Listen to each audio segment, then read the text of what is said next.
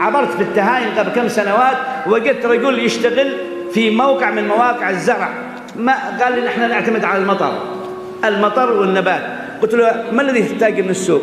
قال ما أحتاج من السوق إلا السكر والكبريت لا غير. حتى قال أنا ما أفتح الإذاعة لأني ما أنا محتاج لهذا، أنا مشغول بماذا؟ مشغول بالعمل. هذا الرجل لابد أن يكون من كبار أولياء الله. لماذا؟ لأنه مجاهد في سبيل الله. لا تعتقدوا أن المجاهدة فقط بالسلاح. من جاهد لإيجاد رزق له ولغيره كتبه الله من المجاهدين. من جاهد بالكلمة الطيبة أفضل الجهاد. كلمة حق عند سلطان جائر، مرحلة جائرة بتفرض علينا العولمة الجوع.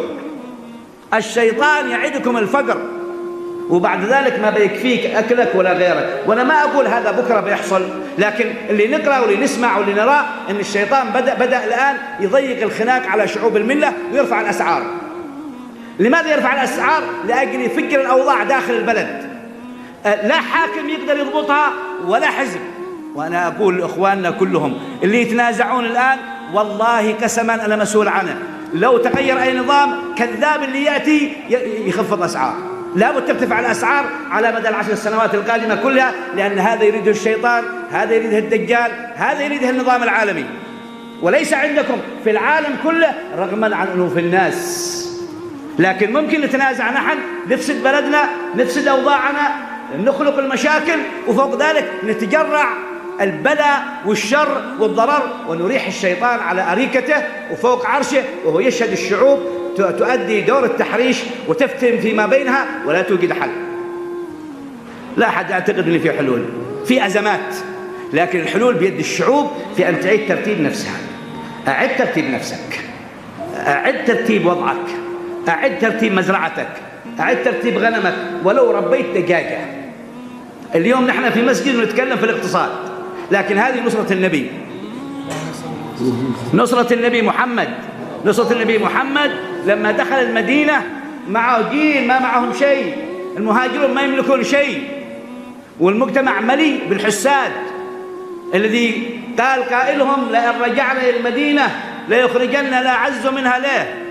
لا تنفقوا على أهله، لا تنفقوا على من عند رسول الله حتى ينفضوا. سياسة اقتصادية، والنبي حاصروه في شعب أبي طالب 2 الكفار حاصروه اقتصاديا، والصراع الاقتصادي مستمر والحصار الاقتصادي مستمر ما بين منع التغذية والثروات وما بين حرب المياه.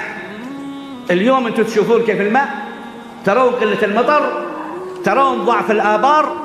هذه أيضا جزء من الحرب التي أخبر النبي عنها أنها تكون في آخر الزمان. حتى نهر دجلة أو الفرات نهر بكامله يجف، ولما يجف تظهر من تحته ذهب. يا ليتهم يجتمعون الناس ويقتسمونه ويأكلونه ويموتون وقد شبعوا. والله نعمة.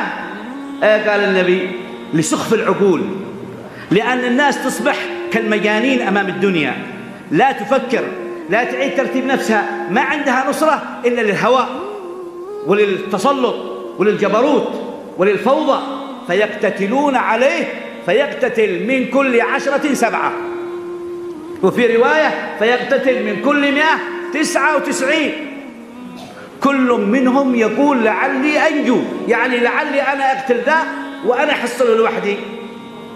هذا دلالة على خلل في الوعي، خلل في الفهم، خلل في الثقافة، خلل في الديانة، خلل في الإدراكات، نتيجة دخول الثقافات الخطيرة على شعوب أمة محمد، فتخلخل الوعي، تخلخلت الثقافة، لم نعد نعرف ماذا يريد منا رسول الله. نحن نعرف أن نصرتنا للنبي هذا في الاقتصاد، عاد باقي في العمل الصالح.